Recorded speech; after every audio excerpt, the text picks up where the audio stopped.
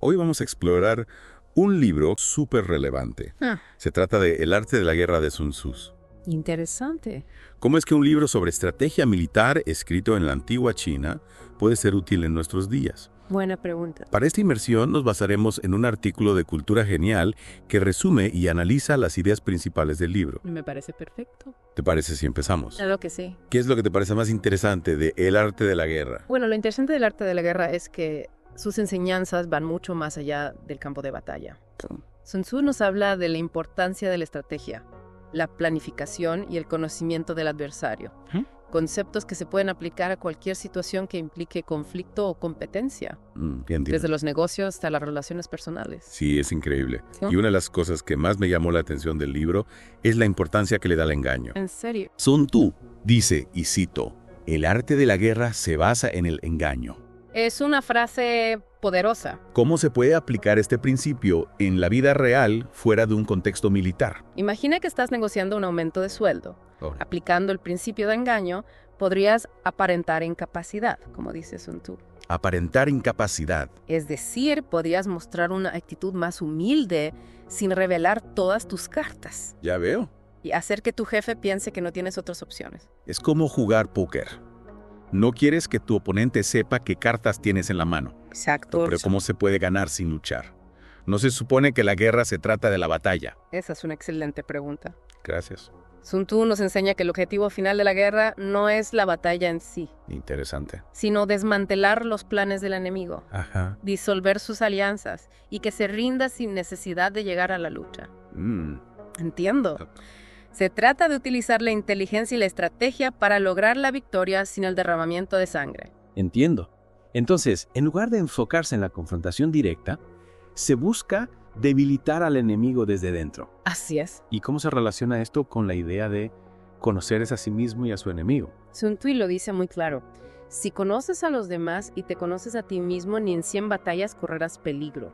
Es una gran frase. Conocer tus propias fortalezas y debilidades, así como las del otro, Ajá. te dará una gran ventaja en cualquier situación de conflicto, Ya veo. ya sea una negociación laboral o una discusión de pareja. Claro, porque si sabes dónde están tus puntos débiles, puedes protegerlos. Y si conoces los puntos débiles de tu oponente, puedes atacarlos. Es como un juego de ajedrez, pero con estrategias que se pueden aplicar en la vida real. Exactamente. Y esto nos lleva a otro punto clave, la planificación. Sun Tzu dice, un ejército victorioso gana primero y entabla la batalla después.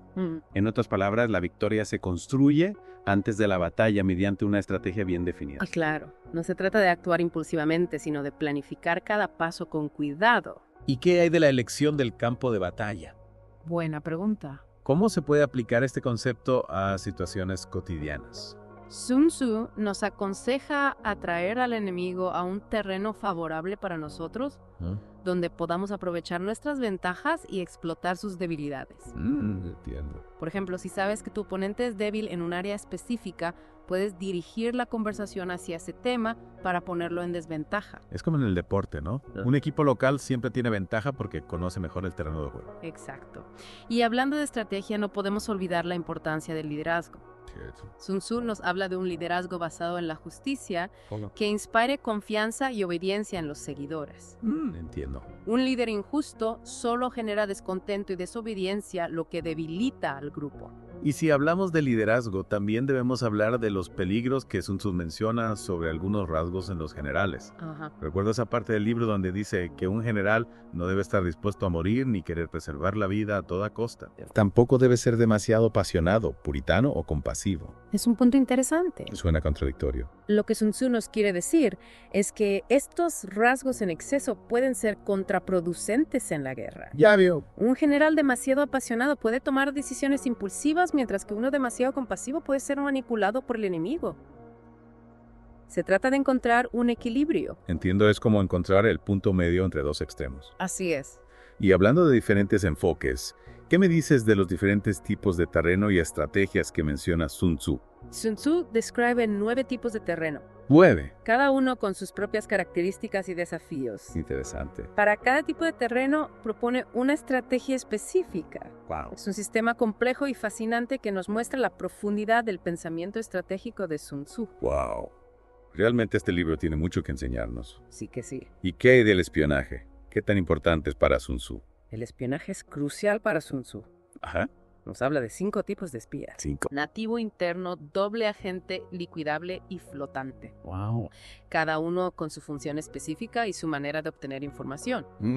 Para Sun Tzu, la información es poder y el espionaje es la herramienta perfecta para obtener esa información y usarla a tu favor. Es como si fuera un juego de mesa donde cada jugador tiene sus propias piezas y estrategias para ganar. Exactamente. Y hablando de estrategias, ¿cómo se compara la visión de Sun Tzu sobre el liderazgo con la de los líderes modernos? Sun Tzu describe 5 virtudes esenciales en un líder. Ajá.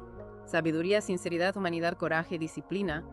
Estas virtudes son universales y pueden aplicarse a cualquier líder sin importar su campo de acción. Me encantaría saber más sobre estas virtudes. Con gusto. Cuéntame. La sabiduría se refiere a la capacidad de comprender la situación y tomar decisiones estratégicas. La sinceridad implica inspirar confianza en los seguidores y ser honesto en sus tratos. Entiendo. La humanidad se trata de preocuparse por el bienestar de los seguidores y tratarlos con justicia y respeto. El coraje implica tomar decisiones difíciles y enfrentar los desafíos con determinación. Ya veo. Y la disciplina se refiere a establecer reglas claras, mantener el orden y exigir el cumplimiento de las normas. Suena como la descripción de un líder ideal. Sin duda. Pero ¿qué pasa con los rasgos negativos que Sun Tzu menciona? Sun Tzu nos advierte sobre 5 rasgos que pueden ser fatales para un líder. La temeridad a la cobardía, la ira a la susceptibilidad a la deshonra y la compasión excesiva. Compasión excesiva. Suena extraño que la compasión puede ser algo negativo. Lo que Sun Tzu nos quiere decir es que un líder excesivamente compasivo puede ser manipulado, puede tomar decisiones emocionales y puede poner en riesgo la seguridad de sus seguidores. Entiendo. Es como decir que un líder debe ser compasivo, pero no dejar que sus emociones lo controlen. Exacto. Es un tema complejo. Sin duda. ¿Y cómo podemos aplicar las enseñanzas de Sun Tzu en nuestra vida diaria? Bueno, creo que el primer paso es ser conscientes de estas estrategias y principios. Al entender cómo funcionan, podemos empezar a aplicarlos en nuestras propias vidas. Es cierto. Y si quieren profundizar en el fascinante mundo de la estrategia, les recomiendo escuchar el audiolibro completo de El arte de la guerra. Buena idea. Encontrarán un enlace en la descripción de ese podcast para acceder a una prueba gratuita de Audible. ¿Se lo pierdan? Es una excelente manera de sumergirse en la obra de Sun Tzu y descubrir todos sus secretos. Retomando nuestro viaje por el arte de la guerra, quedé pensando en cómo Sun Tzu propone atraer al enemigo a un terreno favorable. Me imagino que esto puede ser súper útil en una negociación, por ejemplo. Sí. Pero, ¿cómo se aplica este principio en la vida real?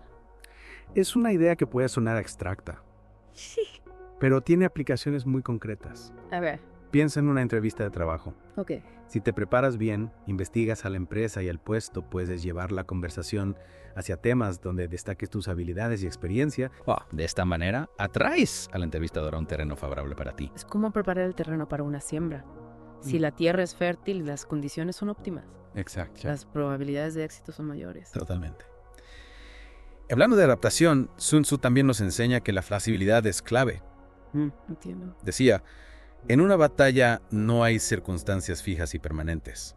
Es decir, debemos estar preparados para cambiar de estrategia según las circunstancias. Totalmente. Las cosas rara vez salen como las planeamos. Cierto. Y eso aplica para todo, no solo para la guerra. Exacto. Hablando de cosas que no siempre salen como queremos, ¿te acuerdas de los 5 tipos de espías que mencionamos? Sí, claro. Me intriga cómo se aplicaban en la época de Sun Tzu. Ajá. Y si todavía podemos verlos en el mundo moderno. Claro. El espía nativo se reclutaba de la población local del enemigo. Entiendo. Su conocimiento del terreno, las costumbres y el idioma lo convertían en una fuente invaluable de información. Hoy en día podríamos compararlo con los analistas de mercado que investigan a la competencia. Entiendo. Es como tener a alguien que te da información desde dentro. Así es. ¿Y qué hay del espía interno? Me decían algo un poco más sucio. El espía interno se ganaba la confianza de los oficiales enemigos y les daba información falsa, creando caos y confusión. Ya veo. En la actualidad podríamos pensar en las campañas de desinformación que vemos en redes sociales donde se busca manipular la opinión pública. Es increíble cómo las estrategias de Sun Tzu siguen vigentes en la era digital. Y hablando de manipulación, Sí. ¿qué me dices del doble agente? Ese me parece fascinante. El doble agente es como un camaleón. Ok. Se hace pasar por un espía del enemigo mientras trabaja para ti. Ajá. obtiene información real del enemigo y le da información falsa a cambio. Ya veo. En el mundo actual podríamos verlo en los hackers que se infiltran en sistemas informáticos para obtener datos confidenciales. Eso suena a película de espías. ¿Y qué pasa con el espía liquidable? Ese me suena un poco extremo. El espía liquidable se enviaba al enemigo con información falsa, sabiendo que sería capturado y torturado. Su sacrificio servía para desinformar al enemigo y proteger a los espías reales. Wow. Es un sacrificio enorme. Aunque suene drástico, me imagino que en el mundo empresarial podría haber estrategias similares. Sí. Como filtrar información falsa para despistar a la competencia. Exacto. Y finalmente tenemos al espía flotante, que se movía libremente por el territorio enemigo observando y recopilando información. En la actualidad podríamos pensar en los periodistas de investigación o los analistas de inteligencia que buscan información sobre gobiernos o empresas. Es como un detective que busca pistas. Me fascina cómo cada tipo de espía tiene su propia función y estrategia. Sin duda. Y hablando de estrategias, ¿te acuerdas que Sun Tzu describe 9 tipos de terreno? Sí, claro. Me encantaría explorar este tema con más detalle. Claro. Empecemos con el terreno de dispersión. Extenso y difícil de controlar. Sun Tzu recomendaba evitar el combate directo y enfocarse en debilitar al enemigo poco a poco. Entiendo. Como en una guerra de guerrillas. Imagina que una pequeña empresa quiere competir con una grande. Sí. En lugar de un enfrentamiento directo, podría enfocarse en nichos específicos del mercado. Es como la historia de David y Goliat. En lugar de enfrentarse a un gigante, se busca debilitarlo con ataques precisos. Exactamente. ¿Y qué hay del terreno ligero? A ver, cuéntame. Ese terreno es fácil de atravesar y ofrece pocas defensas. Sun Tzu recomendaba avanzar rápido y atacar al enemigo antes de que se organice. Piensa en una startup que lanza un producto innovador. Necesita actuar rápido para ganar terreno en el mercado antes de que la competencia reaccione. Es como una carrera de velocidad. Hay que ser el primero en llegar a la meta. Y el terreno en clave. Ese me suena interesante. El terreno en clave es estrecho y fácil de defender. Sun Tzu recomendaba bloquear el paso al enemigo en lugar de atacarlo directamente. En un contexto empresarial esto podría ser como proteger tu propiedad intelectual con patentes o marcas registradas. Es como construir una fortaleza alrededor de tu idea. Y el terreno de comunicación. Este terreno es abierto y facilita la comunicación. Sun Tzu recomendaba mantener una buena comunicación con las tropas y aprovechar la movilidad para atacar por los flancos. Ya veo. En el mundo moderno, esto podría ser como una empresa que utiliza las redes sociales para comunicarse con sus clientes y difundir su mensaje. Es como tener una red de comunicación que te permite llegar a todos lados. Y el terreno de intersección. Ese me suena estratégico. Es un punto donde convergen varias rutas. Sun Tzu recomendaba tomar control de ese punto para cortar las líneas de comunicación del enemigo y aislarlo. En el mundo empresarial, esto podría ser como una empresa que adquiere un competidor estratégico para controlar una parte del mercado. Es como controlar un punto estratégico en un mapa. ¿Y qué hay del terreno difícil? Ese me suena complicado. Es un terreno accidentado que ofrece pocas ventajas para el ataque. Sun Tzu recomendaba defender posiciones elevadas. En una empresa esto podría ser como especializarse en un área específica del mercado y convertirse en un referente en ese campo. Es como ser el rey de la montaña. ¿Y qué el terreno desfavorable? Ese me suena que hay que evitarlo a toda costa. Exactamente. Es un terreno donde el enemigo tiene ventaja. Sun Tzu recomendaba retirarse de manera ordenada. En una empresa esto podría ser como abandonar un mercado que ya no es rentable. Es como saber cuándo retirarse de una partida de ajedrez que ya está perdida. ¿Y qué hay de los últimos dos terrenos, el cercado y el mortal? Esos me suenan bastante intensos. El terreno cercado es cuando el enemigo te ha rodeado. Y el mortal es cuando no hay escapatoria. Ya veo. En ambos casos, Sun Tzu recomendaba luchar con todas tus fuerzas, ya que la única alternativa es la derrota. En un contexto empresarial, esto podría ser como una empresa que enfrenta una crisis y debe luchar con todos sus recursos para sobrevivir. Es como una última batalla.